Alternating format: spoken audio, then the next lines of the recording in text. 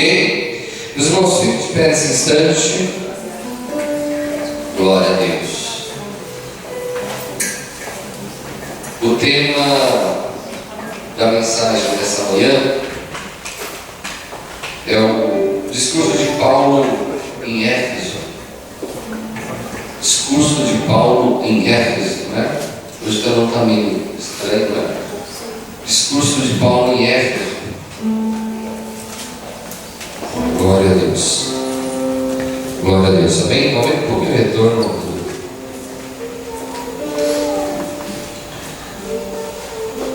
Discurso de Paulo em Éfeso. Atos, capítulo número 20, do verso 17 ao verso de número 38.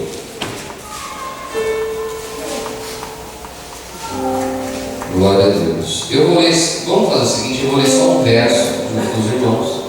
Hoje vai ser uma mensagem textual. Então eu vou ler os versículos e vou explicando em cima dos versículos, ok? Então não é necessário a gente ler inteiro o capítulo, nós vamos ler novamente. Mas eu quero pontuar um verso que me chama muita atenção, que é Atos capítulo 20, verso 35. Então vamos ler esse Atos 20, 35. Peço perdão aos irmãos que eu estou um pouco cansado assim, por conta da alergia, né? Um pouco de catarro no peito. Eu peço desculpa aos irmãos aí.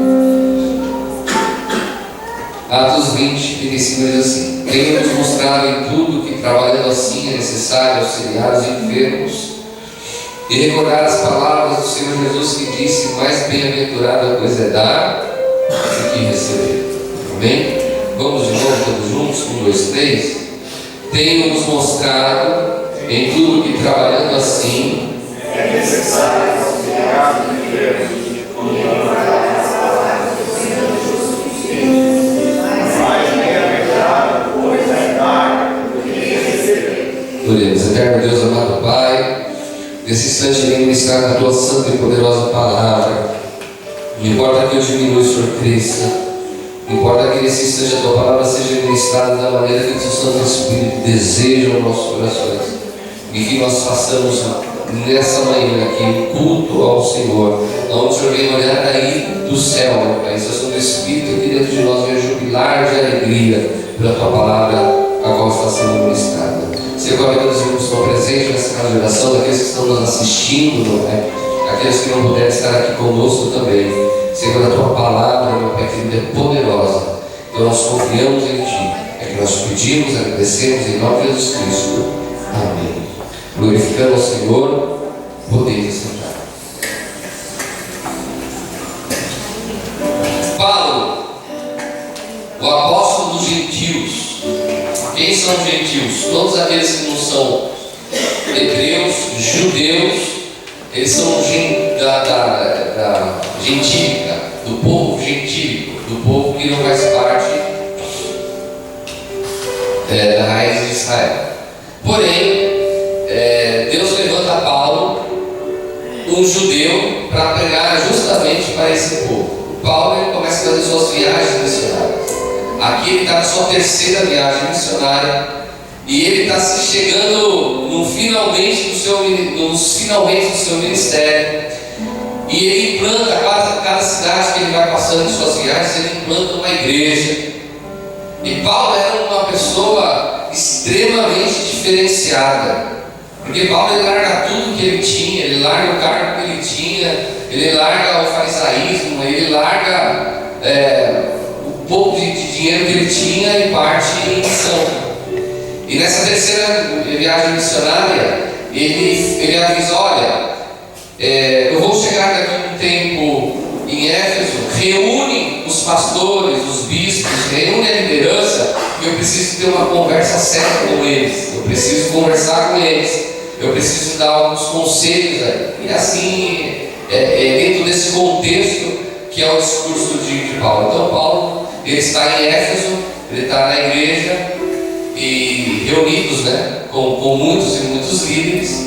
E é interessante que quando a gente começa a estudar um pouco a vida de Paulo, eu estou lendo um livro justamente sobre Paulo, E a gente começa a ver que em um versículo tem tanto ensinamento, né? Deus agraciou Paulo com um ensinamento aonde ele não teve assim andando com Jesus, mas teve um encontro com Jesus no caminho de Damasco, e Deus usou a vida dele para exortar os próprios discípulos e caminhar com Cristo, para ver a autoridade que Paulo tinha. Então é dentro desse contexto que a gente vai ler agora esses versos, e cada verso aqui tem um ensinamento para nós. Quem quer aqui saber os ensinos aqui de Paulo? Vamos lá? Então, verso 17, 18, 19 diz assim, de Atos 20.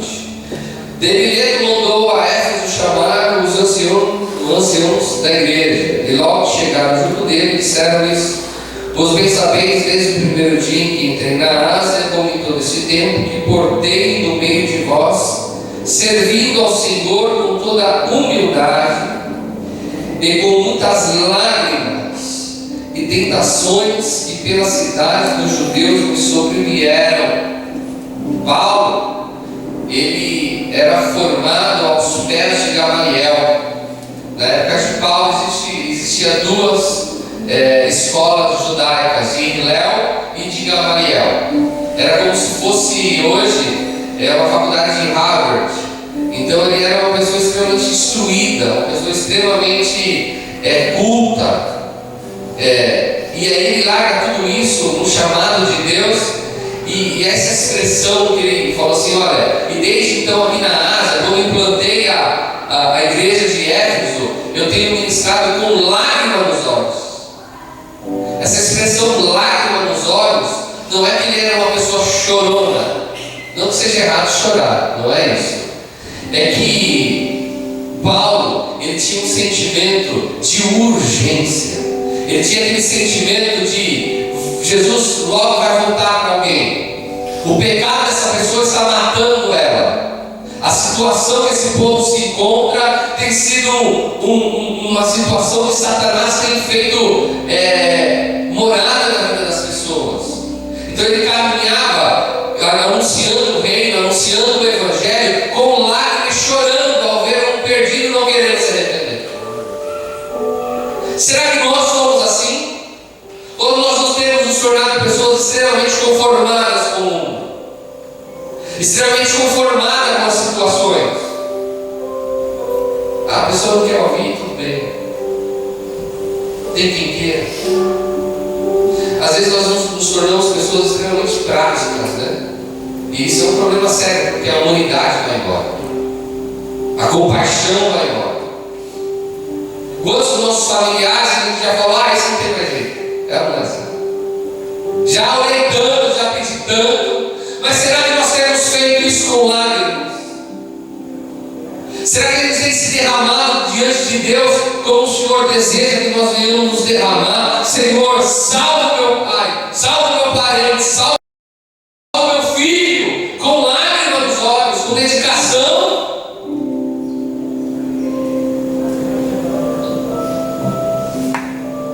E Paulo segue, versos 20 e 21. Como nada que útil seja, deixei de vos anunciar e ensinar publicamente pelas casas, testificando tanto aos judeus como aos gregos a conversão a Deus e a fé em nosso Senhor Jesus Cristo. Paulo, ele não precisava de um púlpito para anunciar o evangelho. Ele ia de casas em casas anunciando o evangelho. Às vezes eu vejo pessoas assim: mas eu não tenho oportunidade, querido. Mas eu não tenho oportunidade em lugar nenhum. John Wesley falou que a paróquia dele era as praças.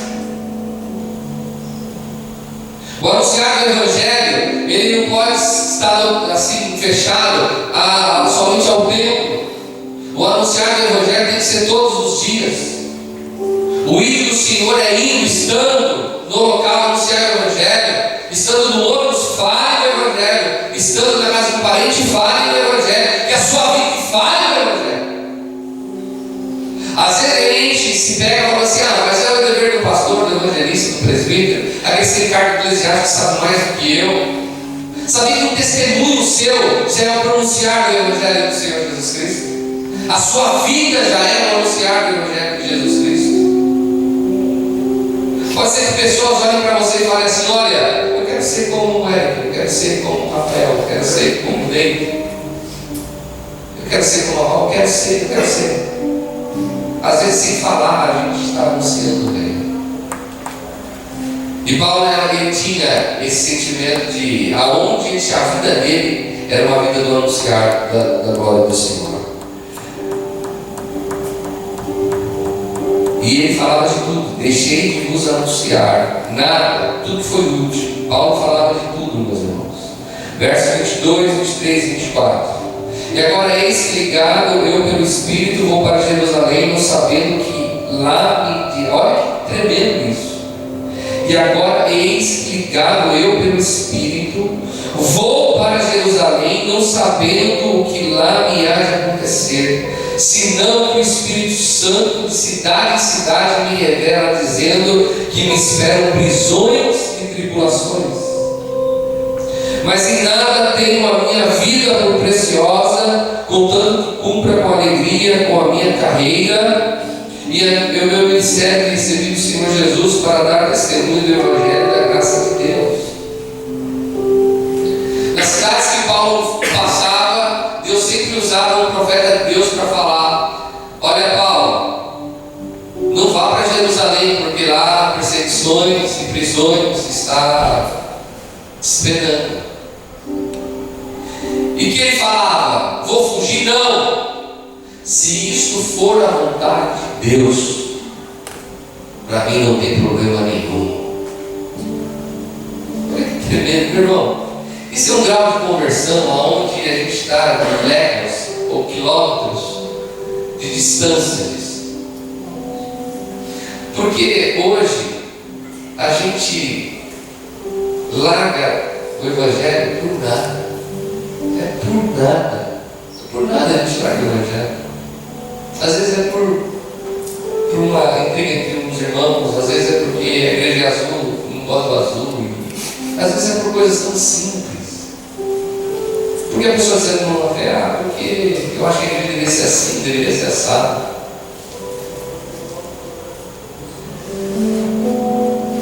Paulo é um exemplo para nós, porque não importa.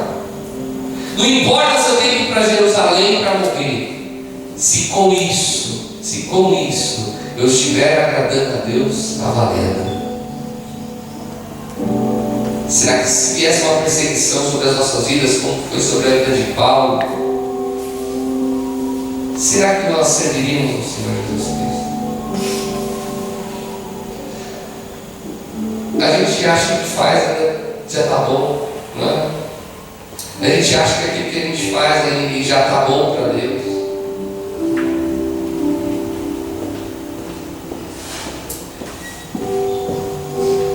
E Paulo, é interessante que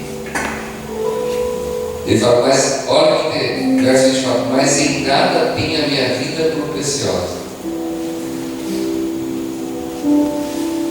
Paulo tinha consciência que não tinha missão maior do que anunciar o Evangelho. Ele mortificava ele mesmo, ele considerou todo aquilo que ele conhecia como um esterco. Ele não tinha mais nenhum objetivo a não ser o objetivo de anunciar o Evangelho do Senhor Jesus Cristo e fazer a vontade de Deus e o ministério que recebi do Senhor. Filho, tu sabes o ministério que Deus tem para a tua vida? É como eu já falei aqui: Deus não tem ministério de banco, não é ministério de banco. Não. Ministérios, eles não estão relacionados unicamente com cargos eclesiásticos aqui. Ministérios da parte de Deus é para a vida. Sabia que é para a vida? Ministérios do Senhor para nós é para a vida, é na família, é no trabalho, é além. E sabe o que traz satisfação à alma? É quando a gente se encontra no centro da vontade de Deus. É quando a gente sabe que aquilo que a gente está fazendo é a vontade de Deus para nós. É ou não é assim? Eu acho que a Adriana se sente um pouco isso quando ouve o testemunho daquela garota que estava depressiva. E aí você fala: olha, eu tenho agradado a Deus. Eu me encontro muitas vezes assim em situações onde eu falo: Senhor, será que eu estou fazendo a sua vontade? E aí eu ouço o testemunho de algum irmão, eu ouço alguma situação onde a minha vida acabou sendo um canal de bênção para a vida. Eu falo: poxa, Senhor, eu estou sendo a sua vontade. E Paulo tinha essa certeza, não importa que eu apanhe, não importa que eu entre nas cidades e me escorrassem, não. E com tudo isso eu anuncio o Evangelho e agrade ao Senhor, está valendo. Será que com a gente é assim? Não importa se eu perco o emprego, não importa se fulano vai querer ficar do meu lado porque eu sou do Senhor, não importa se meus amigos vão me abandonar pelo Evangelho, importa que eu agrade ao Senhor. Quem quer agradar a Deus aqui? Quem pode fazer sinceramente uma oração como: Senhor, eu quero agradar ao Senhor, eu quero agradar a Ti. É um preço alto a ser pago, porque a gente vai contra tudo e contra todos muitas vezes para querer agradar a Deus. Mas eu quero te falar algo que é muito sério, é profético em nossas vidas. Todos aqueles que dedicam a sua vida pelo ministério ao qual o Senhor deu a ele, e a ela Deus honra de uma forma sobrenatural, em tempo determinado de Deus. Então você está sendo perseguido muitas vezes. Se tem pessoas na família que não compreendem o teu ministério, se no meio do trabalho, se no meio dos amigos, Senhor, pastor, só foi eu ir para Cristo e assumir aquilo que Deus quer para mim, que meus amigos assumiram. Então não eram amigos. Simples assim. Pastor, minha gatinha me abandonou porque eu sou do Evangelho. Então não era para ser. Estão entendendo? E quando a gente agrada a Deus e faz a vontade de Deus, tudo que acontece na nossa vida é o melhor dele para nós. Não se preocupe com isso. Verso 25 e 26. E agora, na verdade, sei que todos vós, porque passei pregando o reino de Deus, não vereis mais o meu rosto. Portanto, no dia de hoje, os protesto que estou limpo do sangue de todos. Verso 27. Porque nunca deixei de vos anunciar todo o conselho de Deus. Paulo está falando aqui para aqueles dirigentes que ele anunciou o Evangelho para aquelas pessoas, tudo aquilo que tinha que falar, que o sangue daquelas pessoas não seria cobrado dele. O que ele está querendo dizer com isso? Cabe a nós, cabe à liderança, cabe àqueles que têm o ministério da exortação, anunciar sempre a palavra de Deus do jeito que ela é. A gente não pode deturpar a palavra e nem dar um jeitinho para a palavra. A palavra muitas vezes ela é dura, e ela tem que ser dura para ser eficaz. Porque tem muito líder, tem muito pastor, tem muita pastora que Deus vai cobrar muito sangue de muitas ovelhas. Deus sabe o temor e o tremor que eu tenho da parte do Senhor, de não desviar ninguém da fé, de ser um testemunho onde as pessoas possam ver em minha vida uma vida com Deus. Agora tem, infelizmente, muitos líderes, vai ter muita gente que não se importa com ninguém, só quer saber da gordura da ovelha, não quer saber tratar a ovelha. E uma congregação, meus irmãos, ela dá muito trabalho realmente. Uma congregação, porque a gente entra nas entranhas das vidas das pessoas para ajudar as pessoas. E isso nem todo mundo está disposto a fazer isso. Às vezes, se a gente fizer aqui as campanhas, se nós fizermos aqui os movimentos e falar que Deus dá vitória, que Deus o seu inimigo vai cair por terra, que a chave da vitória é hoje, e a gente começar a ir por esse caminho, a gente vai ludibriando o povo. E aí vai mexer no emocional do povo. E tem cultos, meus irmãos, que não são mais cultos, se tornaram circos, aonde a pessoa está chorando, não pela presença de Deus, mas pela emoção. Existem técnicas que as pessoas usam para emocionar o povo, para fazer o povo ficar emocionado. Aí a grande de Deus não é emoção, é emoção. Paulo segue falando: olhai, pois, por vós e por todo o rebanho sobre o Espírito Santo vos constituiu bispos para apacentares a igreja de Deus que ele resgatou com o seu próprio sangue. Verso 29: porque eu sei isso, que depois da minha partida entrarão no meio de vós lobos cruéis, que não perdoarão o rebanho, e que dentre vós mesmos se levantarão homens que falarão coisas perversas, que atraírem os discípulos para após si. Paulo está falando: olha, irmãos, orem a Deus para que Deus coloque homens de Deus à frente de vocês, e vocês sejam homens de Deus para pastorear esse povo, porque haverá dias que entrarão no meio de vós lobos cruéis. Será que Paulo estava falando só para a geração dele, ou é como se fosse o Jornal Nacional de ontem?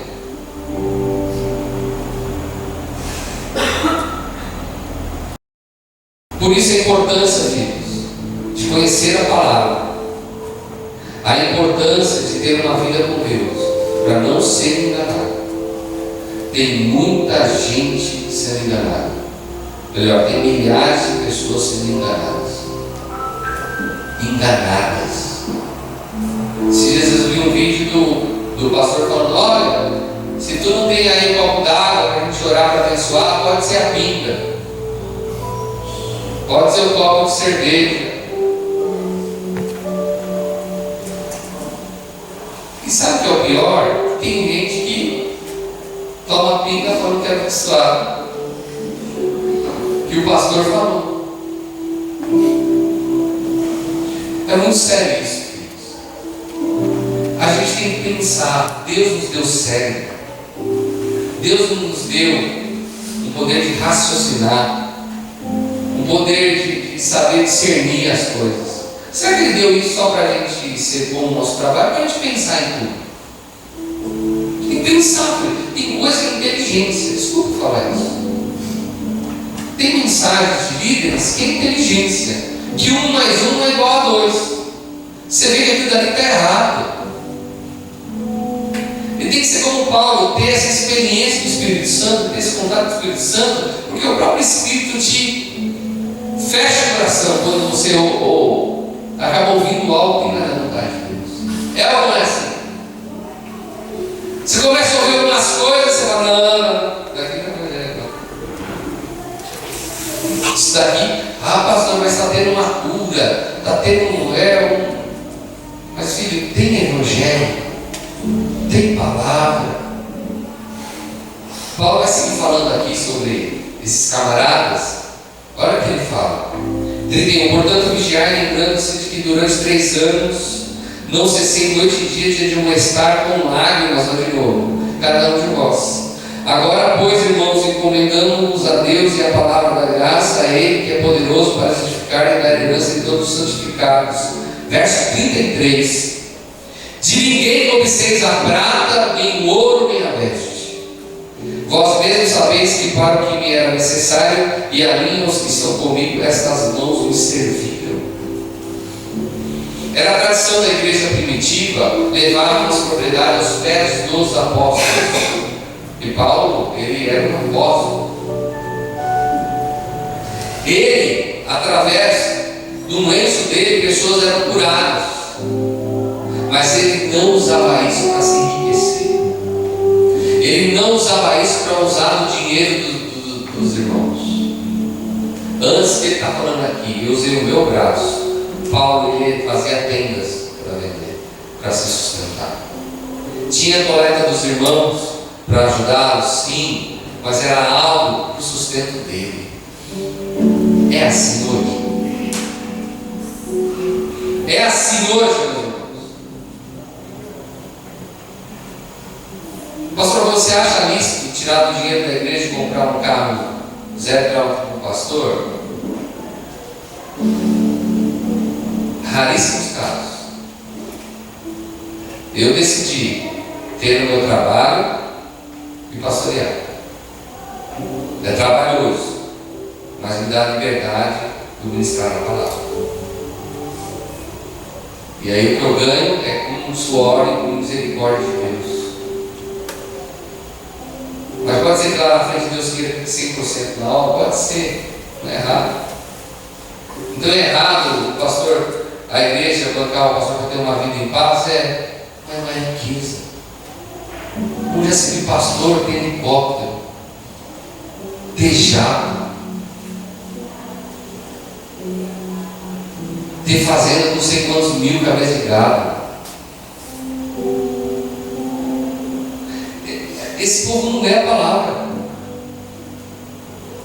Você está vendo o que Paulo está falando?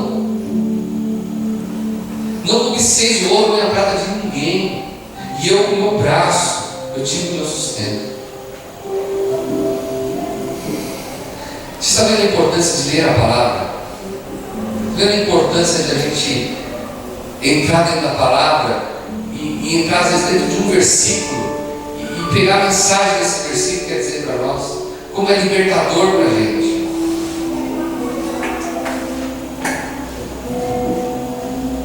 Verso 35. E aqui está o principal versículo dessa palestra, vamos dizer assim, de Paulo, né? Dessa admoestação de Paulo aos irmãos. Temos mostrado em tudo que, trabalhando assim, é necessário auxiliar os enfermos e recordar as palavras do Senhor Jesus, que disse: mais bem-aventurada coisa é dar do que receber. E havendo dito isso, pôs-se de joelhos e orou com todos eles. Temos mostrado tudo que, trabalhando assim, é necessário auxiliar os enfermos e recordar as palavras do Senhor Jesus Cristo, que disse: mais bem-aventurada coisa é dar do que receber. O caminhar do Evangelho com o Senhor Jesus Cristo é um caminhar de se doar. É se doar. Nós temos que nos doar. Nós temos que nos compadecer. Nós não podemos viver no nosso mundinho achando que só a gente estando bem está tudo ok. Nós não podemos viver assim. Quer viver o Evangelho e agradar a Deus? Vive o Evangelho olhando para o outro, pensando no outro, vendo o outro. Isso é um algo bíblico. Não estou falando para engrandecer, porque é uma coisa tão pequena que. Mas eu sei o quanto às vezes a gente se torna alheio, né, à vida das pessoas. Sexta-feira uma correria muito grande e eu estava parando no farol e tinha um morador de rua. Parece que estava drogado. Ele estava só com uma bermuda e uma camiseta. Ele estava frio, né, bem sério. E aí eu olhei para ele e falei: meu Deus, esse rapaz está com frio. E aí eu falei: não vou dar dinheiro, porque dinheiro nesse caso não vai usar para outra coisa. Aí eu peguei a minha blusa que eu tinha e dei minha blusa para ele. Peguei a minha blusa e dei a minha blusa para ele. Meu irmão, você precisa ver a alegria dele. Oh, que Deus abençoe, Senhor. Que Deus abençoe. Eu fui abençoado pela vida dele. Pelo morador de rua. Ao dar a minha blusa. E aí vem aquele confronto do Espírito conosco, né? Aquele confrontar do Espírito sobre as nossas vidas. Quanta gente que passa por nós, passamos por elas e a gente não dá atenção nenhuma. Às vezes, o morador de rua, ele não quer seu dinheiro, ele quer um minuto da tua atenção. Você já parou, já teve a possibilidade de parar e sentar do lado de uma pessoa dessa e trocar 5 minutinhos de conversa com ela?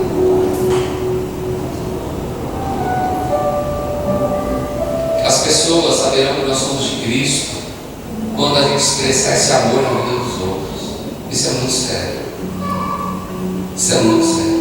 E Paulo tinha sintonizado dentro dele. Ele sabia disso. E Paulo, no finalzinho da mensagem, diz a palavra aqui que ele dobra o joelho e começa a orar ao Senhor. E verso 37: e levantando-se um grande pranto entre todos e lançando ao pescoço de Paulo, beijava. E no verso 38: entristeceram-se muito, principalmente pela palavra que dissera que não veriam mais o seu rosto, e acompanharam até o navio. Havia uma comunhão entre eles, assim, uma comunhão muito importante, né?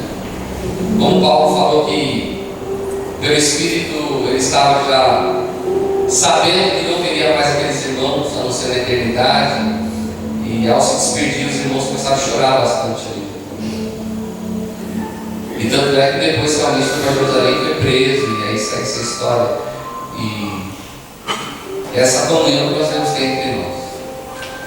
Essa comunhão de chorar pelos que choram, se alegrar pelos que se alegram, e estarmos juntos na jornada, a dor do nosso irmão é a nossa dor, e a alegria do nosso irmão é a nossa alegria também. Então Paulo ele conseguiu, apesar de ser muito duro às vezes, apesar de estar ausente às vezes das igrejas a qual tinha fundado, mas ele tinha esse temor e tremor da parte do Senhor, e os irmãos tinham um apreço muito grande pela vida. Amém, meus irmãos? Nessa manhã nós vamos aprender. Esse discurso tem muita coisa para a gente se aprofundar, mas eu creio que o básico hoje, só essas pinceladas da vidinha de Paulo, com esse discurso, certamente edificou a minha e a tua vida. Amém? Se coloque em pé nesse instante. Ô Edu, eu gostaria que você terminasse com louvor. Amém? O ainda se vier, né? Glória a Deus. Aos irmãos que estão em casa, creio que essa palavra falou com cada um de vocês. Compartilhe essa mensagem com o maior número de pessoas. Feche os seus olhos aqui, meus irmãos. Eu quero fazer um apelo aos irmãos que estão em casa, aos irmãos que estão aqui.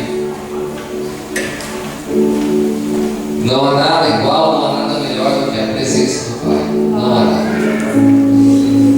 Não há nada melhor do que ter um encontro com o Senhor Jesus Cristo.